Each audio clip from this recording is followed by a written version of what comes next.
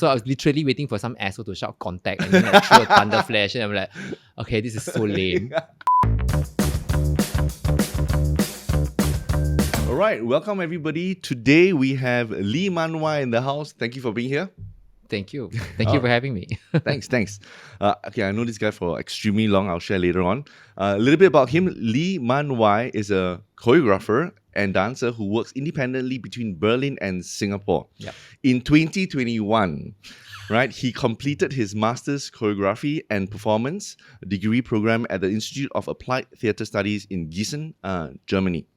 Right. In 2014, he received the Young Artist Award from the National Arts Council of Singapore. And between 2008 to 2015, he was a founding member as well as the full-time dancer of TGIF Dance Company, currently one of Singapore's most well-known contemporary dance companies. Currently, he has been performing regularly between Germany and Singapore. So welcome again. Thank you. I am curious about this whole idea of people, especially in the arts, trying to figure out how they can convert that passion into something sustainable. So take us back when you first kind of got introduced to this whole idea of like performance or the arts. What was your earliest memory?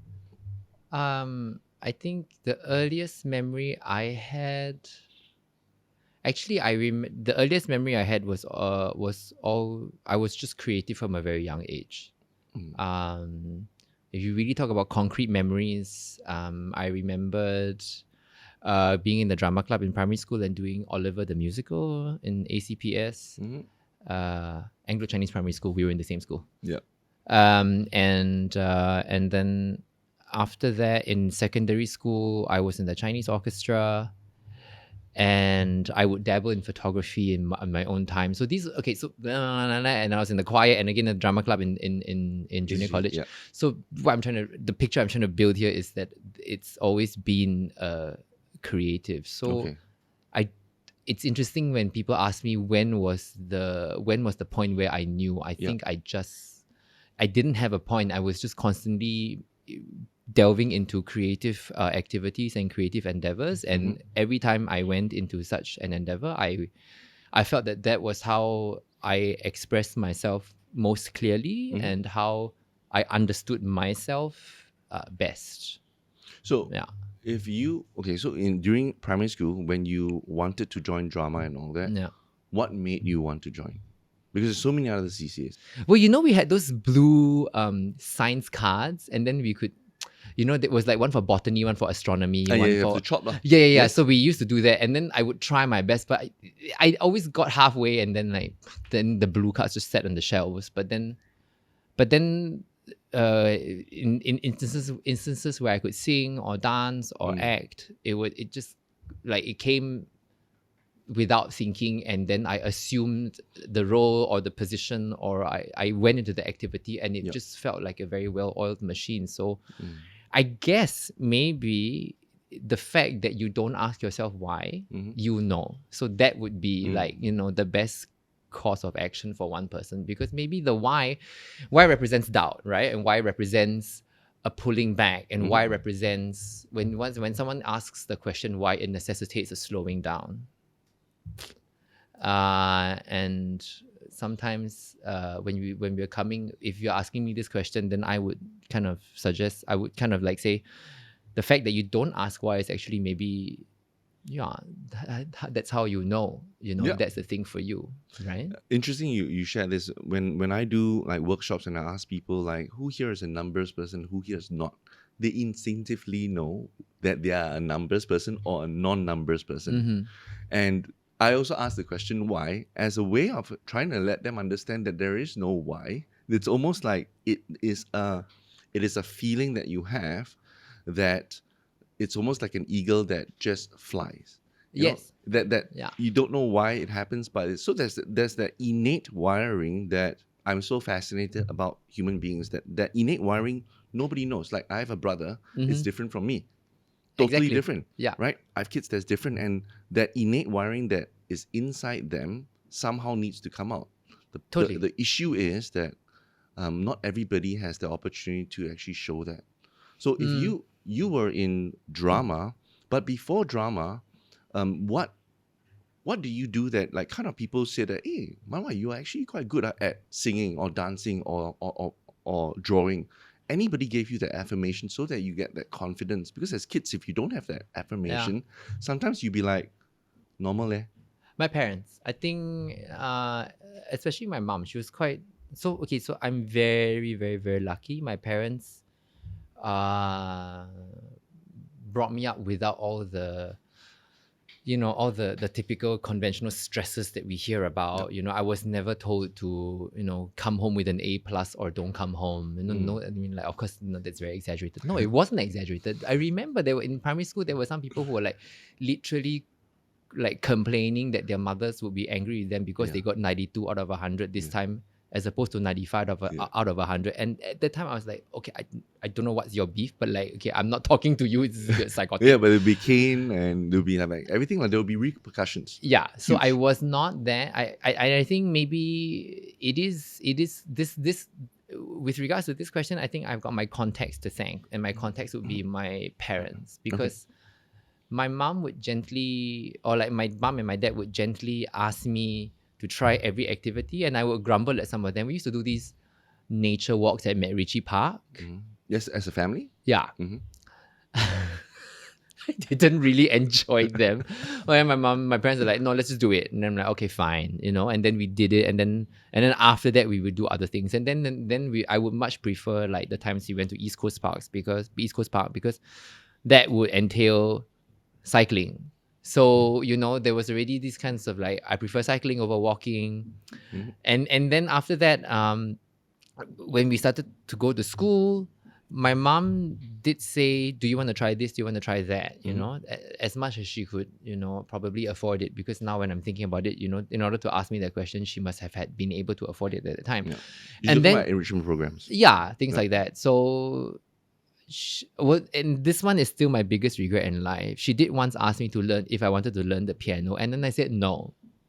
That's if we're gonna come to the question regrets, I might as well answer it now. That's my only regret in life so far, that I didn't learn the piano, because I really like the instrument right now. And anyway, but so it was a lot of these like asking, like if I would be interested in this, but she left me the space to say yes or no. And then only when I said yes, she would enroll me in these courses. So then it became Chinese speech and drama, also because I was really bad in Chinese. So she was like, maybe that's a creative way to improve my Chinese. It was French, and then in the end did French for 6 years. Things like that. Okay. Right? Okay. So it's the context. And I was allowed as a kid to explore my interests without being told, this is a waste of time, this won't get you anywhere, how does this benefit into your GPA? I was never told such things. Interesting, because the normal, usual Singaporean parent, that is their duty is to ensure that the kid aces the exam. Because if I don't know what, as a parent, if I don't know what that my kid's passion is, to try to get them to set them up for success, the first gate is scoring well in exams. Because I don't know what they're going to do, but you better score 99 compared to like 50 lah. Yeah. So there's repercussions if you don't. So parents just push it. Correct. And that's the norma. So when you have that parents that actually allowed you to open up and try different things and not be worried about academics, I find it very interesting, because like then if the assumption would then be that you were actually a good student and you didn't need that issues that where people were failing and all that, because I don't remember you as being a bad student. But I was never at the top. Yeah, but you coasted by. Yeah, I coasted. Right. Well, I mean, I was a B. I was a 3 Bs and 1 A- student. Okay. So all right. I didn't do very well in my PSLE. So okay. Yeah, that's why both buckle. That's another discussion for another discussion for another day. Yeah. So I'm curious about, so when you now have been exposed to so many different things in the arts, and I believe that sometimes the interest that we have could be photography that you mentioned, could be drawing, could be dance and all that. What made you focus more on one? Okay, so I've answered this question many times, and I don't see any other way how I can answer this. I think at that time, okay, so I wanted to do fashion design, but then I started sketching, and I had like about 3 or 4 sketchbooks, and Wait, this is in primary school, secondary school. Okay. Like the self actualization, or like the ability to start making decisions for oneself Yep. with regards to a future that I knew I had to somehow shape or align. Yep. This cognizance happened in secondary school. Okay. Yeah. Okay. So you started sketching. Yeah, like I started sketching in lower secondary school. But then I started realizing, comparing, these sketches that my friends would do, or like comparing it to like, these sketchbooks. For example, I knew for a fact that I couldn't get proportion right. Right. And then photography was too expensive because then it constantly required equipment. And I was very impatient as a person. So things like, even though I was in the Chinese orchestra and I was doing quite well with music and everything, I could not wait to learn how to use another, like a pencil or a paintbrush or an instrument, a music instrument, before I could express myself. So then I quickly thought, okay, too expensive. Okay, no patience to like transfer creativity through An another instrument. medium. Okay. Then use my body lah. So it was either acting already. Then I thought, okay, so then there's acting and dance. And somehow at that time, I still do have this strange relationship to discipline. I felt that it would be interesting to try dance because there was a way that I could like discipline my body, which I find now I'm trying to understand why I use such a strong word. But that's another conversation for another day. Suffice it to say, with answering this question, then that's why I came to dance, because I felt like dance made me, number one, use my body immediately as a medium of expression. I didn't have to do it through paint, or I didn't have to like, what do I do now? I need to buy a canvas, like I have my body and my 2 hands. I'll just start, dancing now. Okay. Right. And then that's one. It's the medium is immediate. It was my own body.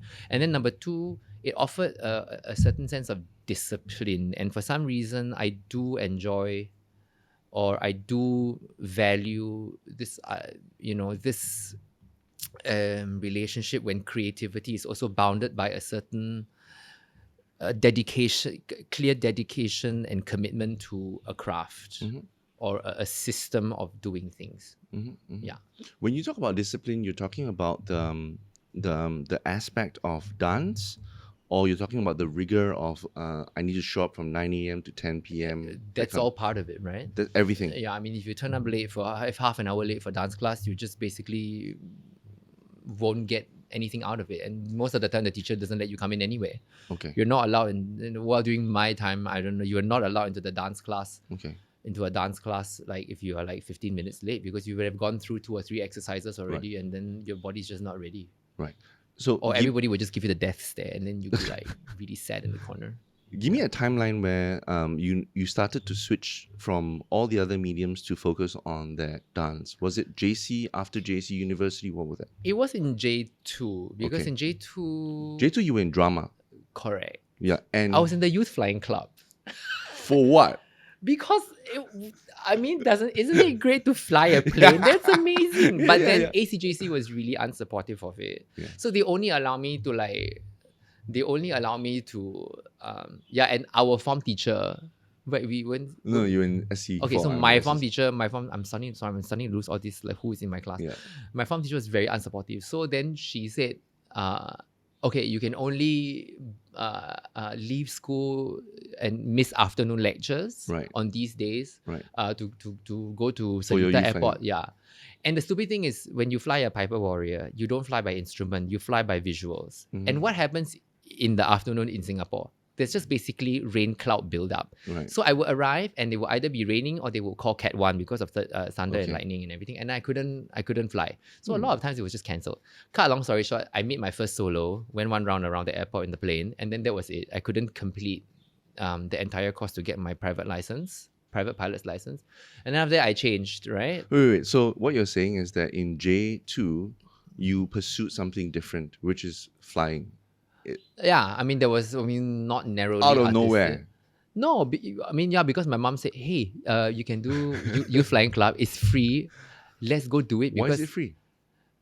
you didn't know, man. It was I free, didn't know. what? Yeah. Oh. But you had to go for like, I forgot what the process was, but yeah, it was Okay, was so you free. did that because your mom introduced you to it, but do you No, have... nah, I mean, both of us, I knew that it existed, and I was talking to my mom about it, and then she was like, Right. yeah, let's go, man, because usually private flying club memberships are like Expensive, totally unaffordable. Yeah. So you're doing that, was that just, okay, I just want to try it out, or was it like you, in a different multiverse, you would have been a pilot? No, try it out. Oh, just try it out, okay. Well, I was trying to be a pilot, but that was because I was trying to prove to myself that I was not gay. So I was doing one of these things that a lot of gay people do, like to choose the manliest job and try to be it. So yeah. Why is pilot the manliest job? Well,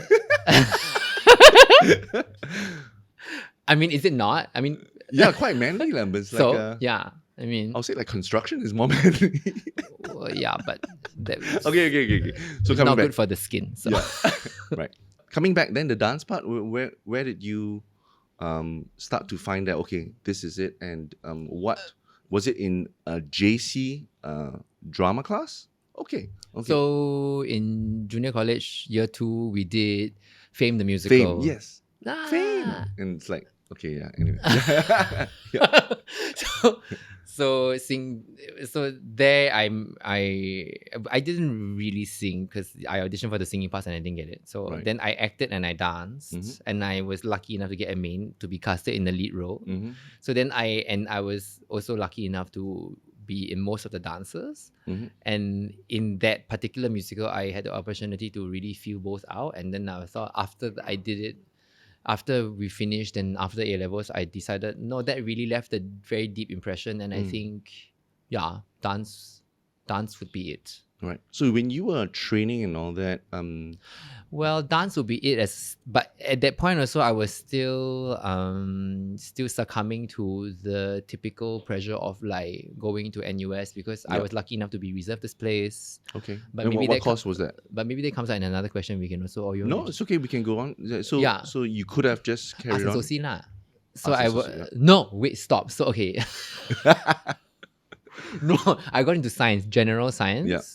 And then, I didn't enjoy NS, but actually thank God for it because walking around doing nothing in a fake in the fake jungles of like Singapore and Pulau Tekong Right. made me give me a lot of time to think. So I did a lot of thinking in NS, like in field camp when you're looking at the stars and Yeah. waiting for some idiot to shout contact. Yeah. Yeah. We both You're in like- support arms, I remember. Yeah. Well, no, at that time I was a sergeant can, excuse you. So I was literally waiting for some asshole to shout contact and then like, throw a thunder flash. And I'm like, okay, this is so lame.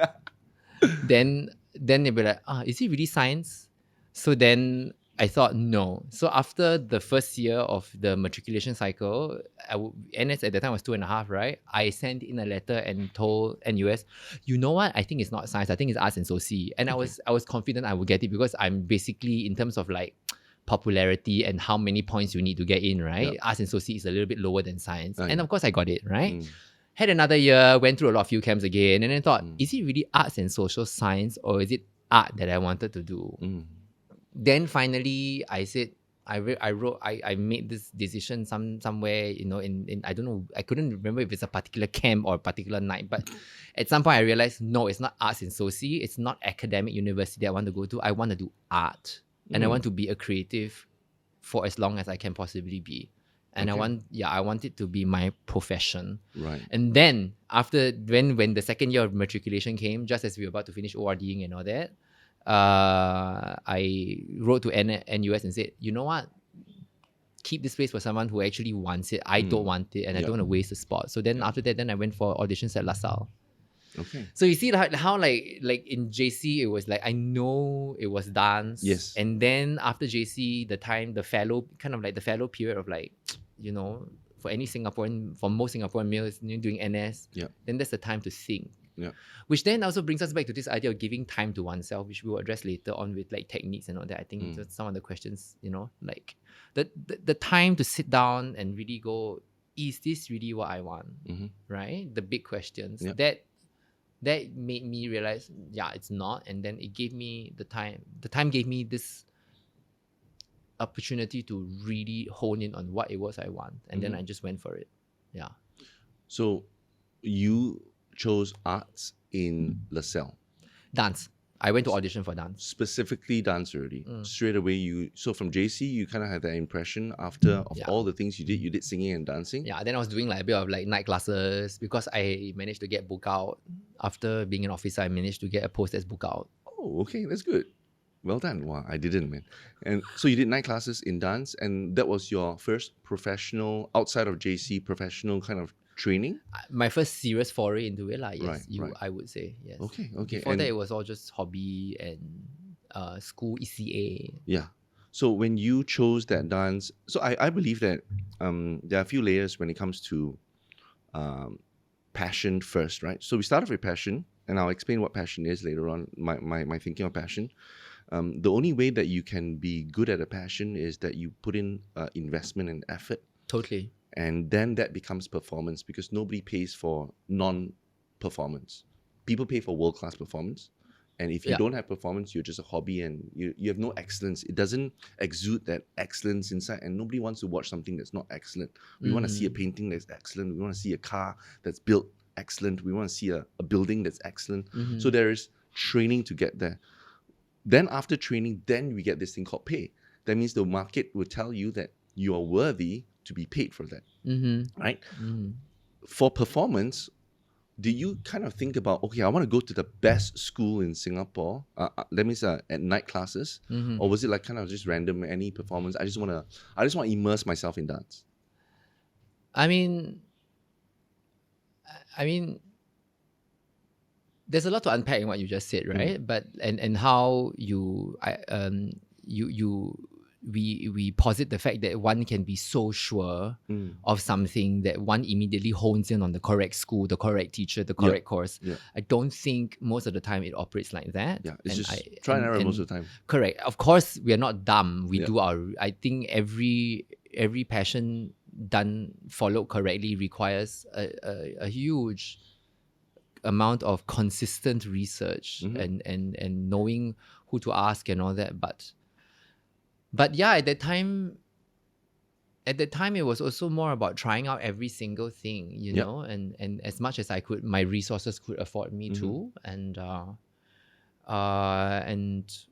I was telling myself, look, you're already starting from zero. I mean, anything you learn is already new information that will be valuable to you, right? So actually, it's always nice to start from zero because anything becomes value add. Yeah, anything, there's growth. There's growth. If Right. you're a seed, anything above is up. Correct. So you kind of like chose a random school. yeah, I did jazz classes. I wanted to find out what modern dance would be like, so I went to this company called ACNAD, which in the history of in the contemporary history of Singapore, modern dance and contemporary dance was one of the more active companies in the 80s and the 90s. Right. It was run by Hao Chun and Lim Hao Chun and forgot his partner. I forgot their partner. Two people, yeah. One of which was Hao Chun. Yeah. Hao Chun and Chin Huat. Sorry, Chin Huat. Hao Chun and Chin Huat. And that was your first contemporary dance. You did jazz yeah, before and that? then after that I did jazz ballet with Singapore Dance Theatre. Then I was at Attitude Dance Studio with Donato Ferre in Bukit Timah Plaza. So you see, like, you're just exploring like the ecology, you know, like and never believing that one thing led you to, you know, the truth. You know, you always need to have like a lot, right? To understand position and community and the ecology of things, right? And then how you position yourself in it. So, I believe that like when we go and explore careers, it's almost like those doors that we close can only be closed because we opened it first. correct. Yeah, so if you never opened that door, you will never know. So career, for me, the analogy I usually have is the food tasting. As you grow older, you taste more food, you know what you like and what you don't like. But you will never know until you taste it for a short period of time. Correct. And once you know that, okay, so for you, that jazz and doing all these things, after a while, you kind of know that this is where everything kind of like focused on. It was almost like there was a fire that won't go away. Mm. What made you kind of like decide of all the things it would be this contemporary, right? Um, yeah. I think okay. So I mean, I guess maybe it's also a combination of like understanding the realities of the situation. You know, doing my research, I realized the world of ballet is very much a European world. Europeans first, and then all other races. Unfortunately, even still up to today, Oh wow. they would not like to believe it, but come on, it's very clear. Mm-hmm. One, two, even though everybody goes, oh yeah, you know, like ballet is the epitome, is the benchmark, you know. I'm like, fuck the shit. Like, I will benchmark myself. Right. Like, I think this attitude also helped me a lot. That you set your own benchmarks. And then number three, also understanding, you know, like when you follow a passion, you also need to understand your realities. I was already 21, entering NS, and then 23. Any sort of preliminary research you do into, let's say, the ballet will make you realize that their superstars peak at 22. Oh, okay. I haven't even done You're my late. first tondu at 22. Right. So, you know, yeah. What's a tondu? A tondu is the most basic like movement where you brush your feet from a standing position just slightly to the front. So that's the basic. Yeah. Okay, So okay. you're not even So you're doing late, that. late to the game. Yeah, so why bother chasing, you know, hanging out with that club, you know, like, I mean, there are many other clubs, you know. So then whittling it down and then realizing that contemporary dance was a dance form that afforded people to enter with various physicalities, with various body types, only because contemporary dance also prioritizes a lot of other things other than just a young athletic physical body. So that was also a balance of my the situation, my realities. I think that's important also when we talk about passion. Yeah, that we don't constantly keep banging okay. So I remember music was a very big influence, and I remember reading in a Rolling Stones magazine interview when they interviewed Tori Amos. I don't know, for those who don't know who Tori Amos is, she was huge during our time in the 90s, as in what we used to call alternative music. Oh God, I'm totally dating myself right now. And she was most famous for playing writing very powerful songs and using the piano instead of the guitar. And then she was always constantly hounded by these male interviewers and saying, how did you do it at that time where, you know, everything was going in the favor of Pearl Jam, Nirvana, Stone Temple Pilots, right? Basically men with guitars, Cypress Hill. And how did you do as a woman with a piano? And she said sometimes instead of constantly knocking at the door or banging your head against the wall, you melt like butter and seep in from underneath the cracks of the door. That was very enlightening to me. Like when she said that, you know, there's more than one way to get to the other side. Right, you know, right. stop doing this. You know, you stand back, use your brains, and realize that there is another way, right? So, yeah. Okay, so that was that wall, or that wall was like ballet, jazz, and all the rest, and then you kind of went into contemporary. Yeah. And take me then after you kind of like dabbled in all. After NS, you went to do dance in LaSalle. Yeah. And you did that for how long? I finished up the diploma program for 3 years, and then I continued for 2 years at the Hong Kong Academy for Performing Arts. That was 2 years to complete the BA. So I got my BA in contemporary dance in Hong Kong.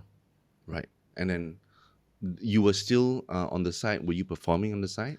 Yeah, a little bit. Right. Okay. But side hustle lah. I mean, I wanted to focus on my studies. So yeah. Okay. And studies were full time. Right. What would you say to somebody if they say that I don't need to go to school, I'll just be mentored by a master? Do you have the cash to get the mentor? Okay. Do you know which mentor will get you? And are you ready to only have a singular vision from one person? Right. Okay. Just the first three of an iceberg of questions you need to ask yourself.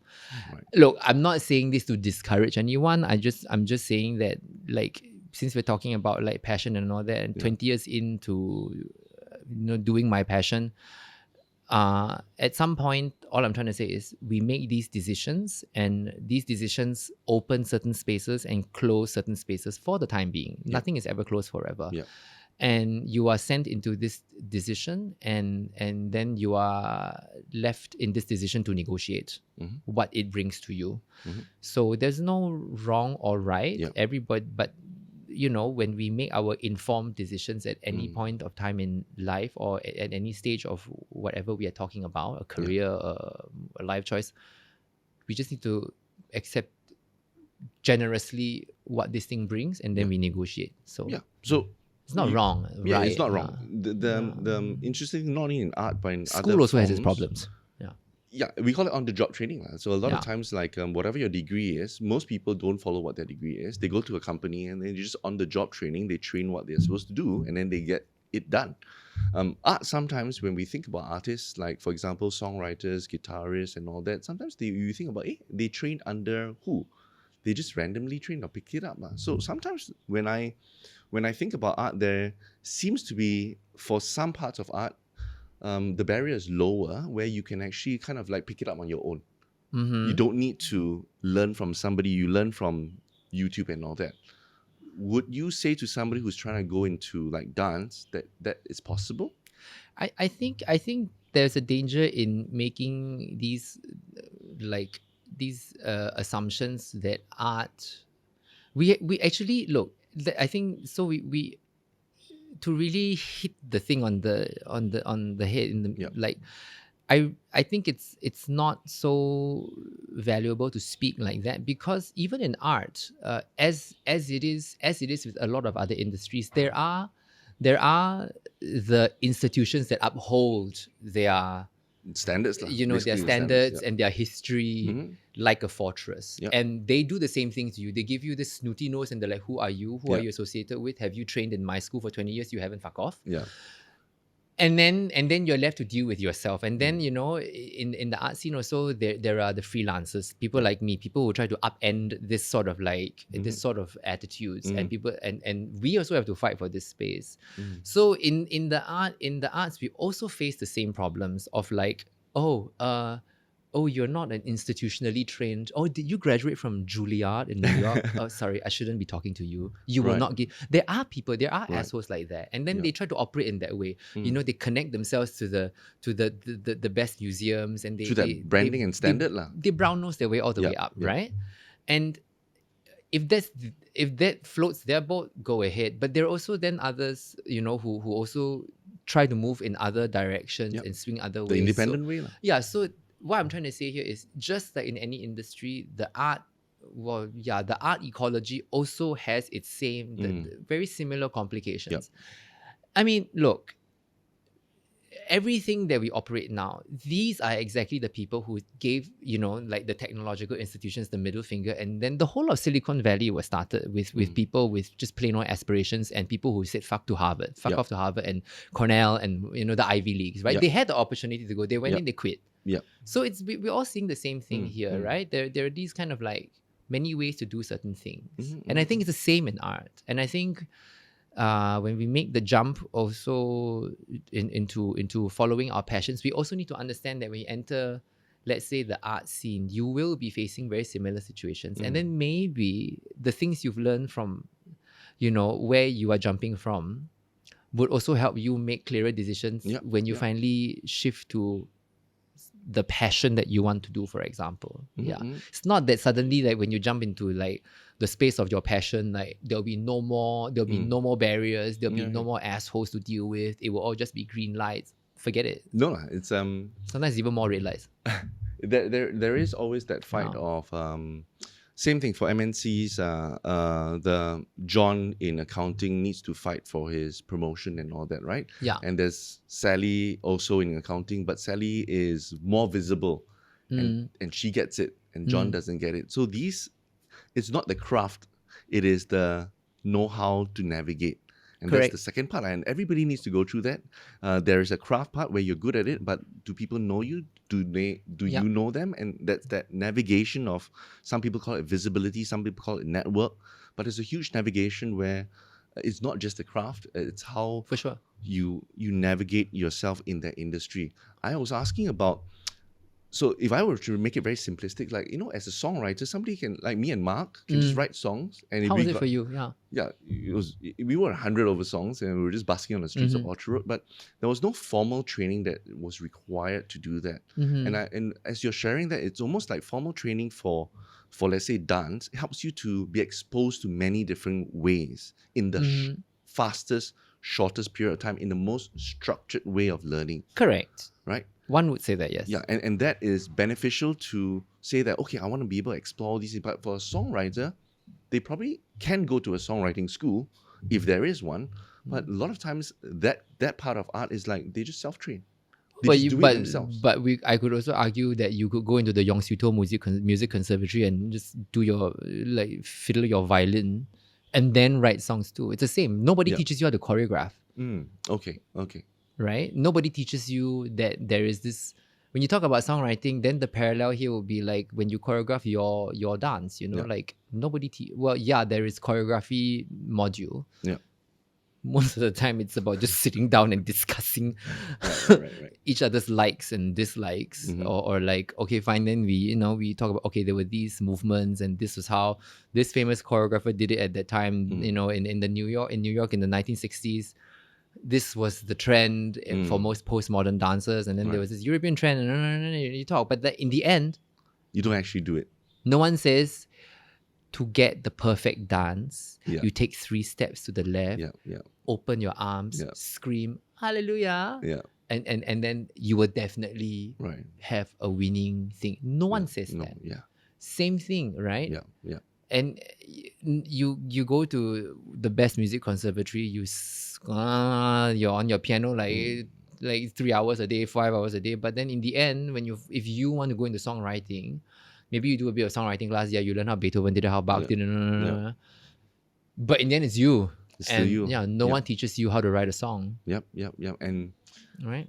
Then that comes to this whole idea of talent. Some people are just more talented than the rest. And talent, it's almost the catalyst of performance. So if we give you an example, if somebody's very talented in dance, they are 100. They start off with 100 units compared to somebody who's not talented is 1.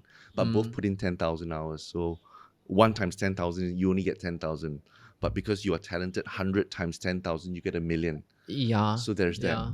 There's also the aspect of not only in arts but in any career is to figure out where you're talented in, where it flows for example, more naturally. Nobody will put me in the finance department. I'll just fuck up the entire account. Yeah. Right. I know where my talent lies. Yeah. So you're not a numbers I know my person, limits. definitely. No, Right. definitely not. Okay.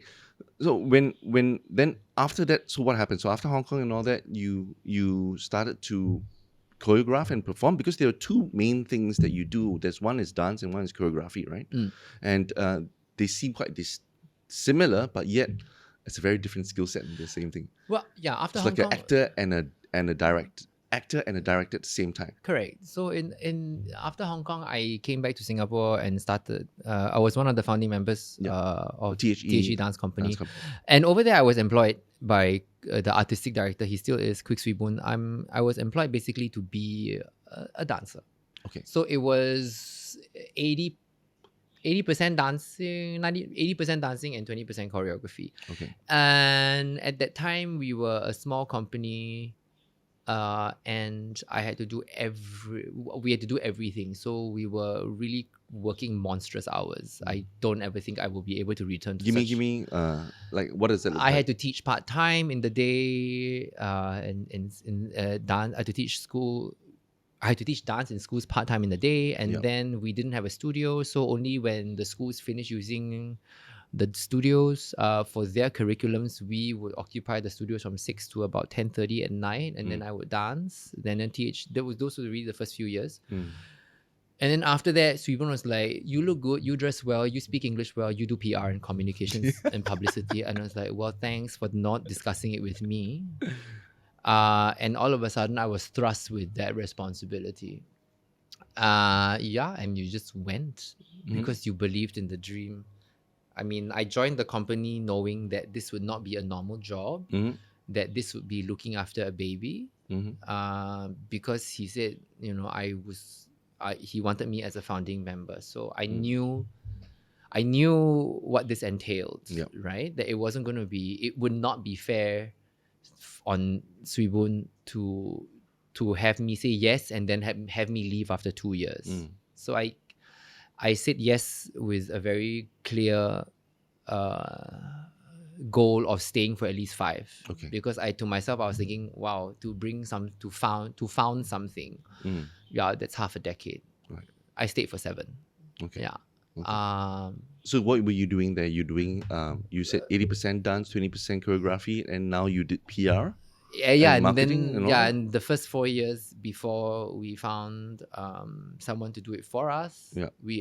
before we expanded the team, I was doing all PR, communications, and publicity, and press releases were written by me and all that, which was it was horrible. As it was like you just didn't get any sleep. So, but what doesn't kill you makes you stronger, right? And then I just have extra skill sets right now. Okay. Keep it for the future if I need Yeah. it. So then what? How share with us how then that helped you to even get that President's Award and all that. What happened? Was it that people noticed that your dance, or people noticed your choreography? What was that? And then what do you major in then? I think people notice my dance. This is the strange part where we start praising ourselves, right? Yeah. Oh God. Yeah, but because that affirmation is important for performance. The world needs to judge you. Yeah, that's the only way. Well, we were judged very well. Swibun held us to very high standards, and the training, the work with him was totally grueling and very stressful. And I was pushed to physical and psychological limits I didn't know existed. I didn't know I could go that far. I am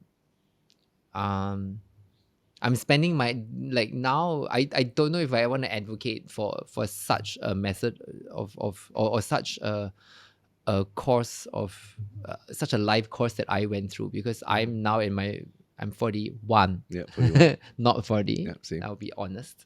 And realizing that I'm having to deal with a lot of traumas and less than positive things that happen because I didn't draw boundaries, or another discussion for another day. But suffice it to say, we worked really hard, and because we quite quickly literally wowed the small Singaporean scene that supported contemporary dance. We wowed them with quite a high level of quite a high standard of artistry for that time. Right. Under Swibun's leadership, we quickly gained popularity and visibility. And one would say that I was a little minor celebrity in a very, very, very small pond. So then I started, very quickly we started getting these like fanboy, fangirl situations where after the performance, people will come up, these bright-eyed, bushy-tailed young kids will be like, oh, you dance so well, blah blah blah. Stuff like that. Okay, full stop. You get the picture. So then so you were known in Singapore, but how about internationally? Just in Singapore. Okay, right. Then after that, what happened to you? What do you pursue after the 7 years? Things personally for me took a downhill turn. Like around year 5, it was just very difficult, and I was exactly the person you are hoping to address. I was going through the motion, and I was autopiloting in the worst way. Waking up, you just went to work and you just like waking up, not being happy, ending every evening with 4 pints of beer. Just not good, just not healthy. And I was autopiloting, and then after 2 years, I said, okay, no, this had to stop. And then I left the company. Okay. What is interesting about passion? So it's interesting, like even when you follow your passion, yes, you can arrive at that point where you autopilot and you're not passionate about your passion anymore. what I give the analogy of a marathon runner who loves running marathons, Mm. but after his first marathon, he finishes it. He's like, it's exhilarating, right? Everything is like, wow, I finished it. But imagine that marathon runner running another marathon right after that, next after next after next after next. Mm. They just kept running. So the physical limitations of the body are there, even though deep down inside your passion is still there. Mm-hmm. Was that what happened? That physically you were so tired that even though you had passion for dance and choreography, it just didn't come out. Yeah. W- You're When just sick of it. right, okay. Yeah. So after that, you stopped, you quit, you left. I left the company. You I left never the company. I never quit arts. You never quit. Okay. Then what happened next? I quit because I knew this way of addressing my creativity and addressing my art was not doing it justice anymore. Okay. Right? I was just literally not wanting to wake up every day. Right. It was dreary.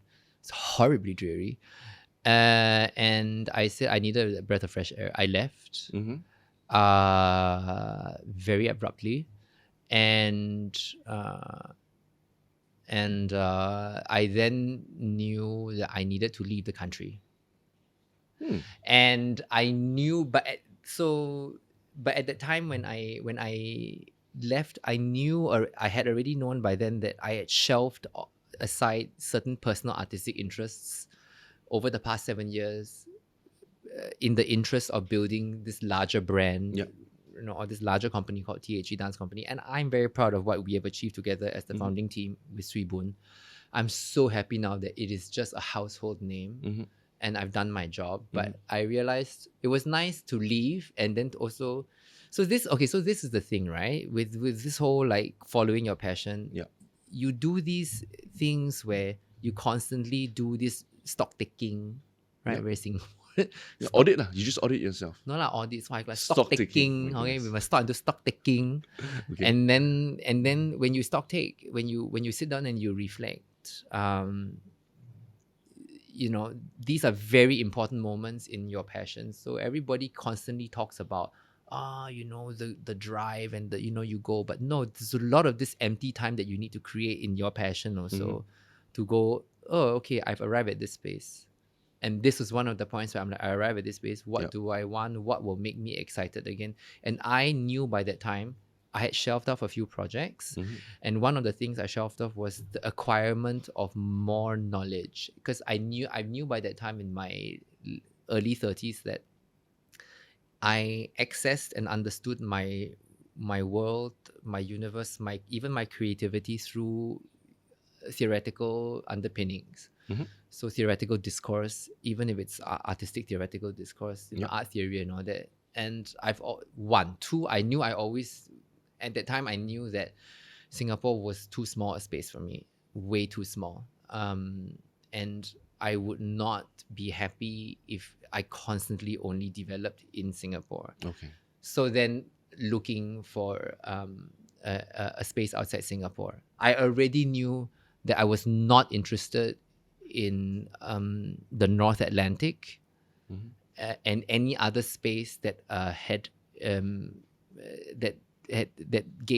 taught culture and art in English, because there were also I was also starting to get interested in art philosophy and all that, and some of these trends that I was more interested in were more continental European.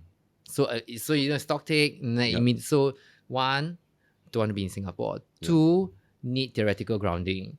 Three, not any English-speaking countries. So already I zoned in on continental Europe, and then I said to myself, it had to be a master's program because I already had a BA, right? In a continental European country that had an that had a master's in English. Narrowed down, hunted, started to hunt, and then you got it, and that's that. Then I got it. Right. And I got into, I graduated from it already, but that's my most recent academic pursuit. So I did a master's in choreography and performance at the Institute for Applied Theatre Studies in Gießen in Germany. It's near Frankfurt. Okay. So that gave you that learning, that gave you that time away to learn different Interesting what you say that when you learned, you didn't want to learn the English-speaking nations when it comes to art. What distinction was there between English-speaking and non-English-speaking? I think I was just while I was in THE, I was closely following like trends, like contemporary dance trends or contemporary art trends from the North Atlantic, meaning the USA. Yeah. And continental Europe, and I was always constantly tending towards Continental Europe. Yeah. Okay. Yeah. Okay. So it was again, just narrowing things down because one never has all the resources and well, we're not even talking about like money, but we're talking like time, right? One never has enough time to do everything. So yeah. So now, after you're finished and all that, what are you doing now, and what is the next steps for you? I now consider myself a freelance contemporary dancer choreographer. I have been working predominantly in Berlin because I've been trying to build a European base. The eventual goal is to try to connect this European base with my Singaporean base, because I'm fortunate enough to be quite established in Singapore, and I'm very fortunate to, up to today, still receive the generosity of the contemporary dance community in Singapore, even though I've, disappeared from my studies, and of course Corona made traveling back and forth very difficult, but coming back here still, I still feel welcomed, I still get jobs here, so the plan is to bridge two gaps. The other plan is also to stay as within this ecology as a creative maker for as long as possible, meaning to make dance to dance itself, as opposed to maybe moving to other parts of the ecology like being a teacher or being a writer, or so to stay in this as a creator, as a creative. So I think for choreography, right, it seems to me when I think about it, there is lesser of this idea of a shelf life compared to a dancer. Is that true? Not true? Yes. Right. It's very true. I mean, because there's energy, and that energy based on age does go down. For sure. I mean, yeah. So exactly. Like like there's no need to discuss. There's no need to talk about theory. Like when you reach 40, you start to feel the body, and the answers will be very clear for you. Right. Then what is what would you say then? You can still dance. You just have to move in different ways, and that's exactly why contemporary dance affords you this way of thinking, right? Because we're constantly trying to challenge the conventions of how a body can move. So that's why when you staying in a space like contemporary dance allows one, there's huge flexibility, much more physical longevity in that sense. Right. And if for ballet, you said peak at 22, when do you go down? Yeah, only because when look, every community values something. Yeah. Right? And it's just what in the contemporary dance we value perspective. Not only perspective, but challenging. We enjoy challenging ourselves with different perspectives. I like that you destabilized what I normally would think is let's talk about it and let's turn it into work. In ballet, it's still the large part of the community still very much is about athleticism and achieving that it's like the Olympics, right? If you constantly gun to swim the fastest, I'm sorry, at 40, you're just not going to swim as fast as a 21-year-old, even though you receive the same training, right? So the funny thing is your priorities. Yeah, so it's almost like the sports of golf has a longer longevity because it's not about that athletic ability like swimming or running. Well, you sure don't need that much strength. which then means that's why when you see golf, it's like from 20 all the way to 50, 60, you can still be in the as long as you can twist that spine of yours, you'll be golfing.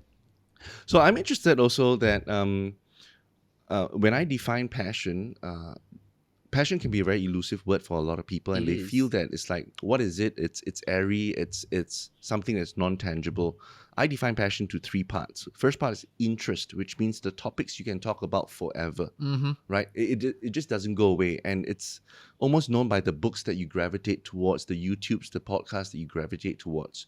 Personally, for you, I personally have 10 different interests, 10, 20 different interests.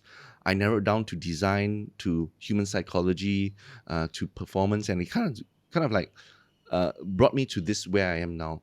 For you, besides any other interest, if you were just to think back that, hey, actually there was another crossroad I could have gone that way besides dance. You're talking about like, well, I have a huge passion. Different interests that you have. I love language.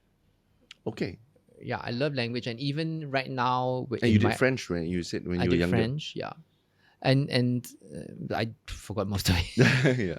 Because I never, this is the problem with language. Yeah. Yeah. So there was what you said just now. There was language, there was photography, there was dance, there was photography, not so much. Fashion. Fashion. Okay. And was there any Y junctions in the road along your way that you felt that, hey, maybe if not dance, this would have happened? No. Okay, quite clear. I mean, yes. Every second is a Y, right? Every second. Every second is an opening into not Y's, right? Yeah. I mean, we watched Everything Everywhere All at Once, right? Yeah. Such an amazing film. Yeah. At every single moment, I can choose to suddenly slap you, and then that will open up an entire universe that we have to negotiate, True. Or I could suddenly fall off my chair, or this thing will drop into the light. Every waking second is an opportunity to move in 6 million directions. True. Okay, so yours I was aware clear. of a few directions, but when I was younger, I quite quickly closed them and not closed. I said maybe later, and I was quite focused on quite singular with the dance thing. Interesting. Yeah. So that if I were to extrapolate to the future as well, in the next 20, 30 years, it will still be within this space? I told myself that I will forever locate myself in art. I given myself the, what's the word? I've not been so hard on myself. I say it might not be dance, but it will always be art. Right. Okay. Like I cannot, whatever I move into, it needs to be closely and directly related to art. Okay. Yeah. Okay. So first one is interest. There are two more pillars. The second pillar would be strengths. Strengths is very much task that it comes naturally to you. So for example, some people are numbers people, some people are I'm a gifted, people. Yeah, people. Some people are gifted. I've always in thought that public speaking. I always thought that I'll be like the perfect concierge for a super upscale hotel. So Because hospitality. I totally love going places, and I read people very well. And every hotel would want someone like me, like the concierge. Right. And I'll be like, you need the jazz club, go to this one. You need this one, go to that one. I would have been perfect at that. Why? What about you that piques your that strength that you have of hospitality? It lights me up. I like dressing up. I like looking good. I like walking around, thinking I'm like the madame of the house. Okay. So if you really thought about it, like I thought about being if I had to do a career switch, it would be hospitality. I'm a very good teacher. I know that. I will stop having imposter syndrome. I know that I impart knowledge well. I know that I am I'm a compelling teacher. Right. So I would teach, even so, like to teach dance, to teach. So there was a Those would be a bit strength that you parallel. have that you could just you saw yourself that you had that natural inclination or natural instincts to be able to teach well, to be able to have that hospitality well, to be able to hold attention well. Yes. Because not many people hold attention well. Yes. Right? When they have attention, they have no idea what to do. But some people, when they have attention, it flourishes and they become more of who they are, and they become better versions when there is that limelight. Some people can't do that. And it's very rare, actually, some people. So it's interesting how you separate these things, which is very nice, right? Because you have a strength, but the strength doesn't translate to that particular passion that you talk about. It doesn't, But the strength is something that you have and needs to be applied to every single MFing aspect of your life. Exactly. Yeah. So you could be a nurse, and if you know you're meticulous, or you know what I'm saying. Yeah. Exactly. Yeah. So the interesting thing about strengths is not career dependent. It is how you do your career. So I can be careers depend on it. Yes. Successful careers depend on your strength. Yes, successful careers. So for example, both of us are concierge. You would be the diva concierge, where people would be like, talk to Mun Wai. Then she's like, he's like, okay, come on, I'm here for you. Yeah. Things like that. I will not be that kind of concierge, but I'll be the, you know what, this is my Excel spreadsheet. You'd be the bellhop. Yeah, please. Just Right. send the luggages to him. He'll bring it up to your room. We'll do it differently, and what piques you is teaching, and what piques me is it's understanding why people do what they do. Yeah. Right, and we can still be very good world-class concierge, but we do it in a very different way, and that's because of the correct. strengths that we have, Correct. the innate wiring that we have. Yeah, totally. So yours is learning, yours is holding that space of that limelight, and yours is the ability to, it's almost that teach, not only teaching, but the human aspect. That it seems like there is that aspect of making people's eyes come alive.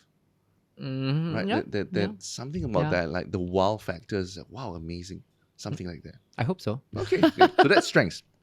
And I see a huge correlation between the strengths that you have to the actual work that you do. Yeah. Yeah, I'm a and performer. exactly, and that's the natural part. And the last one is values, and values can be a little bit tricky because for values sometimes we don't think about what values we hold, and values are just like priorities. So, for example, for me, one of my core values is adventure. Somebody else could be stability. And that's why I will never join Singhu. Right? Because adventure means... I'm sure it's a very adventurous thing. Yeah. There's no dull moment, right? Now lah. No, but like adventure means that I want to break barriers all the time. If there's a box, I want to break it. But somebody else with stability as a core value, or a value that they hold, would be like, yeah, I want to join stability or Singhu or somewhere that maintains that stability. I'm curious about you.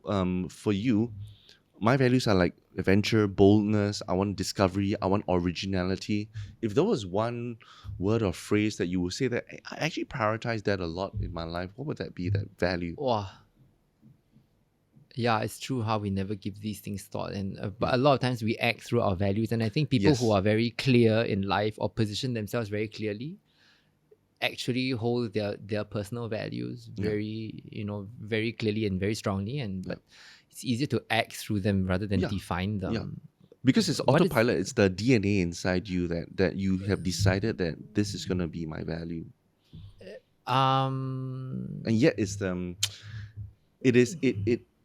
Okay, so the perfect job makes it's able to let you live out your value, yeah. right? So, for example, I'm a just- value. No, go. Yeah. Talk. So, for example, a value could be like for a concierge would be like, to brighten people's minds and hearts. You know, that could be a value that it's like, well, I just want to be able to do that all the time, right? Curious about yours.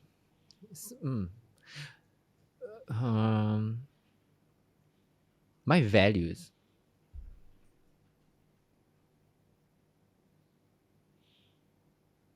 You mean like what's important for me? Yeah. It could. I need to. So like an important value, maybe honesty. Is that a value? Yeah, Like so values are almost anything. You choose the I word. need to wake up every day knowing that I can face myself in the mirror when I brush my teeth. Yeah. So honesty sounds a little bit like authenticity. Sounds a little bit like trueness.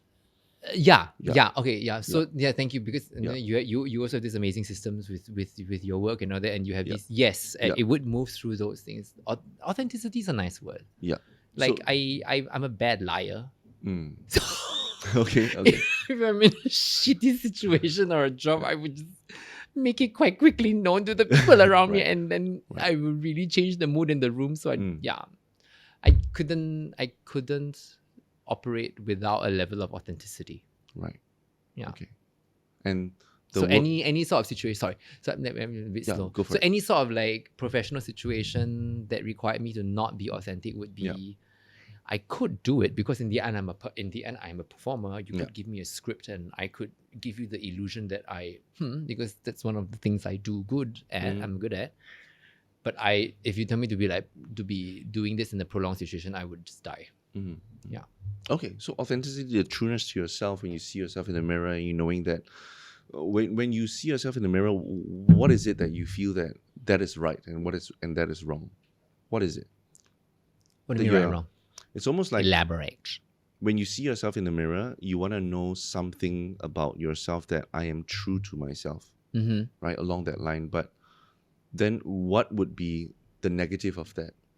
Like when you have this like unsettled feeling of dissatisfaction all the time, when and it's not just a minor dissatisfaction of, oh shit, the deadline is coming and I really have to finish that last paragraph. That one we deal with on a daily basis, and that's not dissatisfaction. That's just get off your lazy fucking ass and do it. Yeah.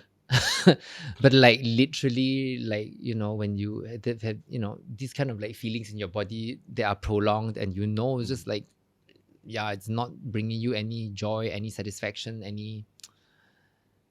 you're losing sleep, these kind of things, it's upsetting your body, and it's just very deep down inside that it's not where you want to be, right?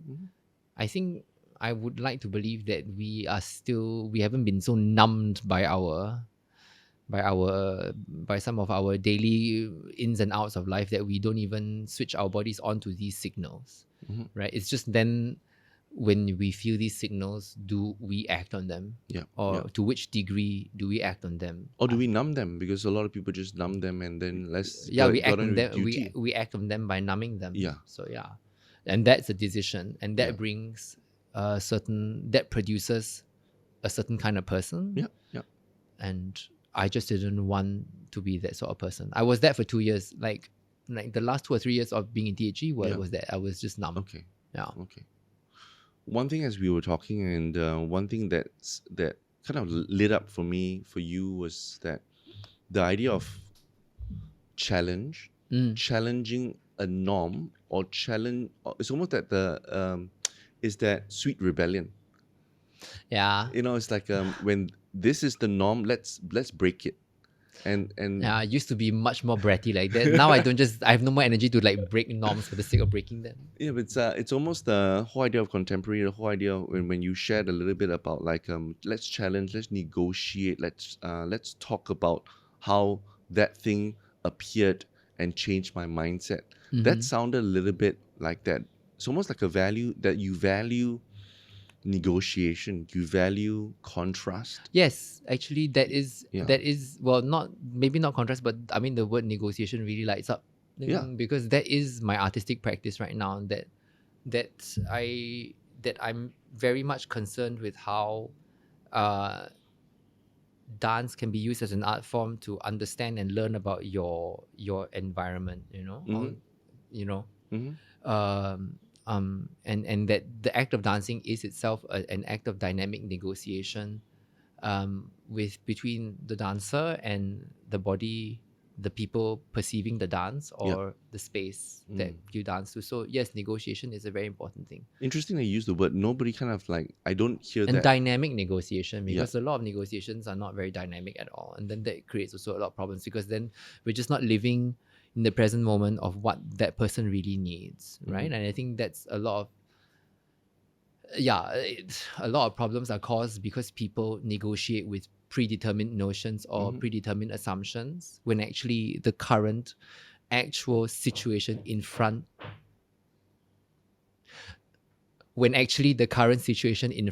of them is not going according to what the parties involved have predeterminedly have pre-assumed. You know what I'm saying? Yeah. So interesting that the it's almost like you want to change minds through the art form that you have. You want to change the audience minds for a short period of time to give them some paradigm shift that they didn't have before. Well, not change minds, but propose something different. Let's posit the fact that everybody has their own agency to change their own minds, and I'm not here to change minds. Right. I'm here to present something, propose something differently from my perspective, very humbly. Right. Right. Like, and that's where the negotiation comes. Where this is your ask. You're like, hey, see this. Yeah. And let your mind wonder what this means to you. Yes, you can be firm with your proposition or your proposal, and I think everybody should be. But after proposing something, one needs to understand that and have enough humility to also realize that there will be a counter proposal. Yeah. Okay. And then that's where the negotiation starts. Right. Thank you. We're running out of time. Actually, we've overrun. One last thing, if you had I love life hacks. So life hacks is all about like finding shortcuts, finding things and all that. Is there any life hack that you have? Just wearing that hat that you have of a dancer, choreographer. Any life hack that you have when Oh it yeah, comes yeah. to Life hack. Let me think. So it could be because when I go into somatics, and somatics is coaching, there's something to do with the body sometimes tells the truth earlier than the mind. And sometimes the body helps you to change the state that you have in your mind. And that's an amazing thing for me, especially when, some people are down and some people feel low. Just by changing the body, you are almost telling the mind that you can't go into that level, or you can't go into that space and emotion. You need to go to another space and emotion. And that's interesting to me. Do I have any life hacks or anything? I don't know. I've never thought of. That's okay. It's fine. No life hacks Okay, really. I constantly throw myself big questions and like give myself trouble like that. Okay. Sorry. So maybe no problem. Then one last thing: if somebody somebody in the audience is actually looking to pursue arts, what would you just say to them? I would say, do it, but do it with a very clear. How do you say? Do it with also a clarity to your current realities. Yeah, following a passion. That's why I don't like a lot of these representations of passion, like in in films and everything. It's just diving in and smiling. It's not like that. It's actually very tough, and it requires things like commitment. It requires things like dedication, tenacity. So I think, especially when you're talking about mid-career types, we have to also really consider what our realities are. There is a way to definitely pursue your passion. Sometimes it appears to you in a very interesting way that you least expect. Be open enough to wait for those times, because things, if we open ourselves and make ourselves available, things show themselves to us naturally. Yeah. Don't jump into deep waters without a life buoy. That's stupidity. That's not passion. Then everybody has to save you, and it's a bit frustrating. Don't. Right? Passion requires research. Passion requires a lot of back end finding out the mechanics and the dynamics of and the realities. In short, the word reality, the take home is the word passion is inevitably tied to the word reality. And anyone who drops the word reality suffers from delusion and is not pursuing their passion. The passion will happen, right? Because like we said, because these are strengths, they will always be there. We just have to wait for the correct time. It's about being strategic also and all that kind of stuff. When you talk about reality, what jumps out is that the practicality of everything. Yeah, like okay, fine. Financial practicality as well. Yeah, you have 2 kids and you just started paying for your condominium. What are you gonna do? Yeah. Drop your banking job? Yeah. Sure. No, do it. Go. Every decision brings you things, and okay, fine. If you create the next Facebook, then okay, good on you. But it's not a good or bad thing, right? It's just you're doing that. You're unplugging it. I definitely want to say go, and you need to find the people who will support you, but you also need to find the correct people to say, hey, but what if we do this? Maybe if we don't pull the plug completely, have people to discuss also. Yeah. Good. Thank you so much. So you're welcome. Thank you so much, Mun Wai, for your time here. I enjoyed learning, even though I know you for 30 over years, I enjoyed learning about your whole story. And I hope people are inspired about just going forth and understanding that there is a price to pay for passion, and sometimes that wisdom comes from just being very practical and being a realist rather than just an idealist. They are, you know, the It's infinite. both. It's both. It's the infinity Yeah. sign, right? Yeah, So it's the both of- idealism and reality, and they are constantly connected like that. Agree. They don't exist in passion. They do not exist one without. They're not mutually exclusive, and they're not. The existence of one does not kill the other one. They both have to exist. Agree. Totally agree. That's the take home. Thank No you, more Mun Wai. binaries. No more binaries. Thank you, Mun Wai, for your time today. You're welcome.